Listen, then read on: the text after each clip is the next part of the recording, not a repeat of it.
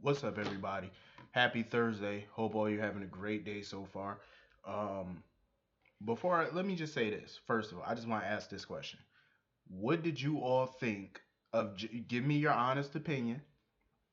What did you all think of Jason's new place? That's what I want to know. Did you like his new apartment?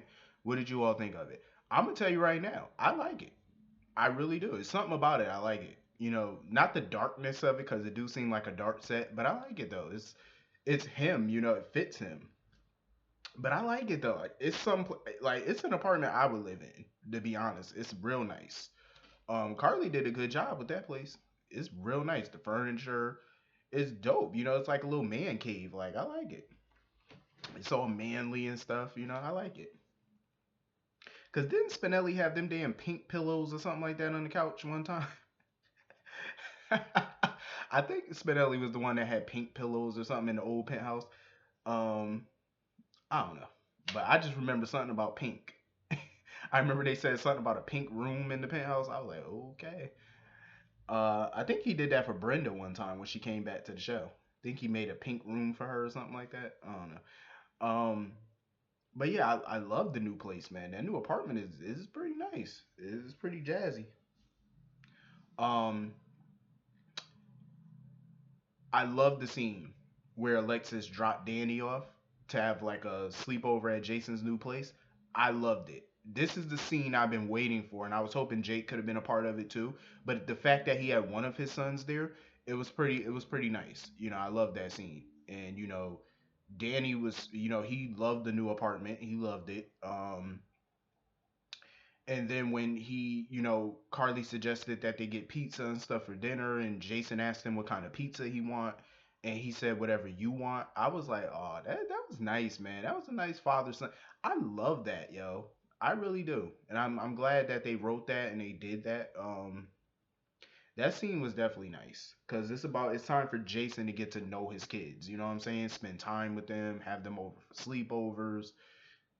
I was really digging that scene. That was a pretty dope scene. I feel like Jason and Danny are definitely gonna have a closer relationship, I think, than him and Jake. I feel like him and Jake are probably gonna be cool because I feel like even when they were at the diner and he was outside and Jake waved to him and he waved back, I feel like they're gonna have a cool relationship. But I feel like he's definitely gonna have a better relationship with Danny because Danny was more receptive to him even when he found out that he was his dad. He was way more open to it than Jake was. I feel like Jake is gonna take a little bit more time, but I get the vibe that he's gonna be more closer to Danny than Jake. That's the way I feel. I hope that he can be close to both of his kids equally, but I just feel like Danny may be more closer to him than Jake when they get older and stuff, even now. Um so anyway, Nell. Yo, I I'm all for her trying to, get revenge on Carly or whatever. I'm all for it. Anytime somebody could be a pain in the butt to Carly, I'm happy. But this plan she got, I'm like, yeah, no. I'm sorry, but if this storyline is going the way I think it's about to go, I'm not with this. I can't get behind this because this got Adam Newman Y&R all over it. Soon as I seen it got it all written all over it. I'm telling you, this is Y&R. This is Young and the Restless, Adam Newman and Ashley all over again from 2000 what 8 2009, all over again, all over. If you watch Y&R 10 years ago, you know what storyline I'm talking about. It was pretty much a famous storyline during that time frame, so you know what I'm talking about. But I'll give you details in a minute. Um, I feel like it's wrong of her to name to name her baby Morgan. Yo, how low can you go to sit there and name your child? It'd be one. Let me tell you something. If this was Sabrina or Kiki pregnant with Michael's baby, not even Kiki would probably name that child Morgan. First of all, especially with the way that he died, it was tragic, and you're gonna name your child after him, knowing it's gonna piss Carly off. Carly don't need a Morgan Jr. She wants the original. Um, I just feel like it was dead wrong of her to sit there and say I'm gonna name this baby Morgan, and then she tell Michael, "Oh, call this baby by its name." I said, first of all, the baby name is not gonna be Morgan, so Michael's gonna shut that down, and he did. And she gonna sit there and try to flip the script on Michael, talking about, oh, you're trying to dictate everything. First of all, he's not dictating. What is he dictating? All it's about compromise. First of all, this is his child too. You chose on your own to name the baby Morgan without discussing it with him, and you thought he was gonna be okay with that. Of course not. He has a right to have an input on the child's name. He's not dictating anything. He said you can name this baby whatever you want to name it. You can name this baby Timbuktu for all he care. You're just not gonna name this child after his deceased brother. And I think she needs to be more respectful of that. How you gonna try to get with Michael, but yet you're being disrespectful on purpose by naming this baby Morgan? Like, come on now, stop. Um, I'm tell you right now, Kiki and Michael need to get back together. I see the chemistry between them, and I would prefer him to be with Kiki at this point because at least with Kiki, you already know her feelings would be genuine, and you know that she's with him for genuine reasons, not for money, not for nothing. Because number one, she comes from money. Her mother has money. Two, she's going to college. She's in med school. She's about to be a doctor, so she's gonna be making plenty of dough on her own. So it's definitely no other reason. She's not batshit crazy. Um, she's just a better fit for Michael. You know what I'm saying? She has goals now. Like I said, Kiki came a long way from a few years ago. A few years ago, she ain't had no goals, no nothing, didn't want to do nothing. just wandering around Port Charles, letting her mama take care of her. But now she got her stuff together. I'm like, I applaud her for that. It takes time for people to find themselves, and she finally found herself and what she want to do. She's in her 20s, so people in their 20s, it takes them time. Got to give them time to find what they really want to do. She found what she really wanted to do, so my hat's off to her, even though I don't wear hats. Um, but yeah, the chemistry between them is definitely there. You could see the spark in her eyes when she was talking to Michael. You could tell all those old feelings she had for Michael are definitely coming back. Like you could see it in her face. Um, but yeah, this storyline with Nell, I feel like it's going in a place where I don't think it should go. Because I mean, how low can a person go? She's showing exactly how low she's about to go, and this I can't get behind this. Do y'all remember YNR back when Ashley was pregnant with Victor's baby, and Adam was gaslighting her, making her think that Victor's dead wife was haunting her? Remember Sabrina, Victor's wife that died in 2008? And Adam made Ashley, he tried to drive Ashley crazy. I feel like that's what Nell is about to do to Carly. That phone call she made to Carly from an unknown number from a payphone, and then Carly answered the phone and Nell didn't say anything. Nobody said anything. She trying to drive her crazy, and I feel like she gonna try to make Carly feel like Morgan is still alive. I feel like that's what she's trying to do. She gonna try to make Carly think Morgan is alive, so that way Carly would go to Sonny and be like, "Oh, Morgan's alive." Then Sonny and Michael and everybody gonna look at Carly like she crazy, like she done had a nervous breakdown again. Um, I think that's her plan. I think that's exactly where her plan is. I could be wrong, but it looked like it might go in that route. And if it does go that way, Nell, I'm sorry, but I'm gonna have to root against you because I'm with any other plan that you want to do. But to make somebody think that their dead son or whatever is coming back from the dead, or that's low. Even for you, that's low. How? I mean, come on now. You've already exploited that family when Morgan died. Now you want to use him again to exploit? Come on now. Don't do this. Don't you dare. I don't even think Ava would be cool with this. That's why she didn't want to tell Ava the details of her plan, because I don't even think Ava would be down with this. Ava's down with her. Like I said, me and Ava on the same page. We cool with Nell going after Carly. We're cool with that. But the way you're going about it, potentially going about it, is no no.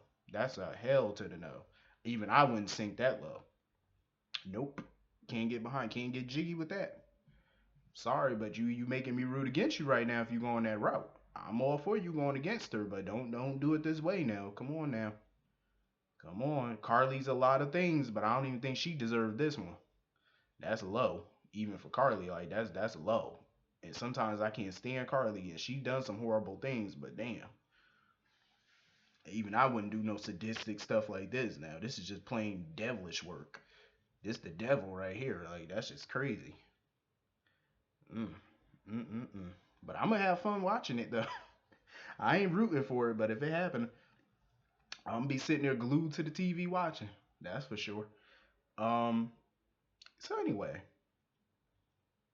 Peter he ready to cut and run. Drew trying to get him to think about it or whatever. We all know why he leaving. Um. So he went to the floating rib or whatever. I mean, damn, the floating rib. I missed that set. Charlie's Pub, I guess the new hangout. He went over there or whatever to talk to Sam about it, and they were both shocked that Peter decided to quit, and that's when sleazy bald Jim Harvey come over there trying to tell Drew, "Oh, I remember you and Bobby from back in the day when I used to date Betsy." He is so slick, like he really is. He make my skin crawl. Seriously, every time I talk about Jim Harvey, I start to itch. I do, like I start to itch when I bring up his name. I get all itchy. Think I need another shower. I do, like he just that dirty. God, he make you just want to throw up because he on some slick stuff. And of course, he was holding back information. I don't believe Franco really pushed Drew down those stairs. It's obvious that Jim Harvey probably abused them when they were kids. Like, I would believe that. You know what I'm saying? I think that's the route that they're going with this because Jim Harvey, he's shady. Um, so apparently Ava offered Franco and Elizabeth her gallery for their wedding reception, which I thought was nice. I'm not behind Franco and Elizabeth getting married. I'm not. I feel like they need to bring on somebody new for her. Maybe a doctor, maybe. A young doctor. I have one in mind too. If I was to create a character for Elizabeth, he would be a doctor. He would definitely be a doctor. His name probably would be maybe Brad Holden, maybe. No. What would I name him? His name, it would be Brad, but I'm trying to think of a last name for him. He'd be young, maybe a brunette, little goatee, maybe. About 38, maybe 39 years old. Um, he would have a past just like anybody, but I would definitely not give him any children. Not yet. But that's the type of person I would bring in for her. You know what I'm saying? I wouldn't, her and Franco. I'm not with this marriage business. I'm not with all of that. I don't think they should be getting married. I don't think they should.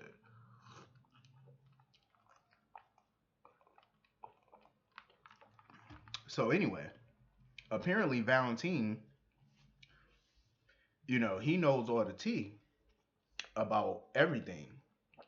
So he told Anna that she gave birth to a daughter because that's what the midwife told him. But I said a daughter. And then I'm starting to think at first, I said, who the hell could be a daughter on here? There ain't no female on this show that could possibly be Anna's daughter. Hell no. If anybody on this show was Anna's daughter, they would have brought in a new female because there's nobody currently on the cast that would fit that description. And I started to think, I was like, no, I seriously, as soon as he said daughter, I ruled everybody on this show out. I said, nope, that one's too old. Nope, that one don't look nothing like her. Nope, there's no way Kiki could be her daughter. I was just like, yeah, it's impossible. I said, nope, Nell can't be it. It's, I doubt Nell is it. Um, then Peter got a phone call. Guess who it was from? Valentine. I said, I knew it. I knew he was lying. I knew he was lying. Anna ain't had no damn daughter. The only daughter she had was Leora and Robin. And Leora died 15, 16 years ago. And the only other child she got is Robin. She ain't never had no other daughter. He just tried to lie to her. Peter is her son. She had a boy. She had a boy. And of course, Valentine is neck deep in this storyline, which I knew he was.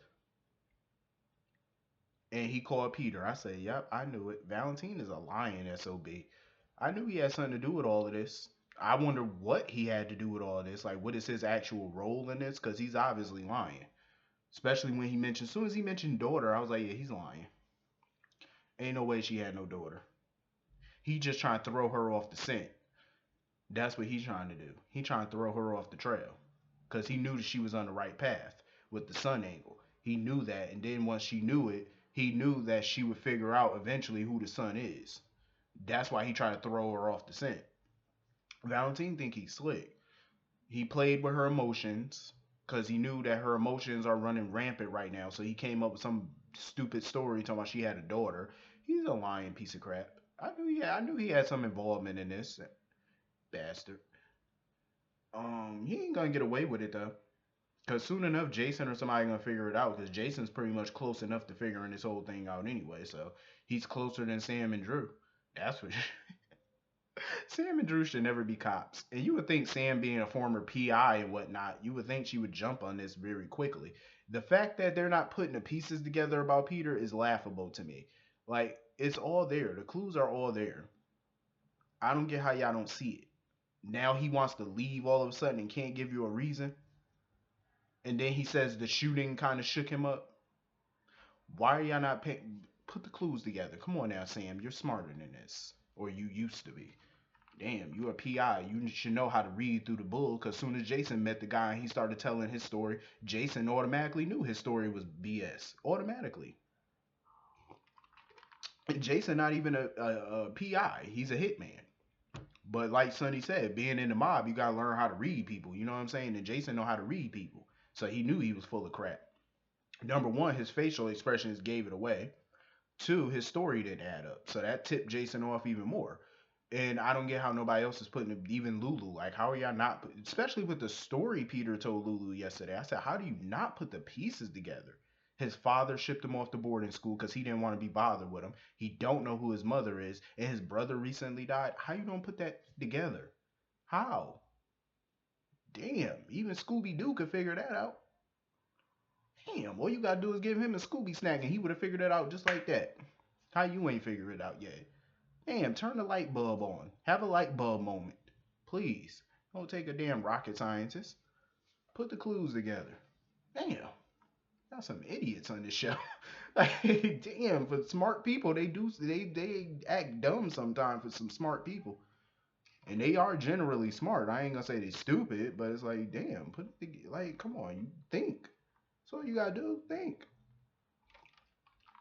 Damn, when something don't add up with me, I start to think.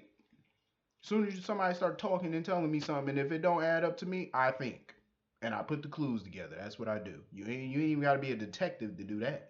It's just common sense. If you ain't got common sense, then I don't. Because common sense is something you should be born with. You ain't got. If you wasn't born with common sense, then I don't know what to tell you. Because that's just something you can't buy. You can't. You can have money and you can buy whatever, but you can't buy common sense. I'm gonna tell you that right now. If you lack common sense, you're gonna have a hard life. I'm just saying, like, you get you some sense. Um. Anyway, let me know what y'all thought about this episode. Hit the comment section, and I'll see y'all all tomorrow. Peace.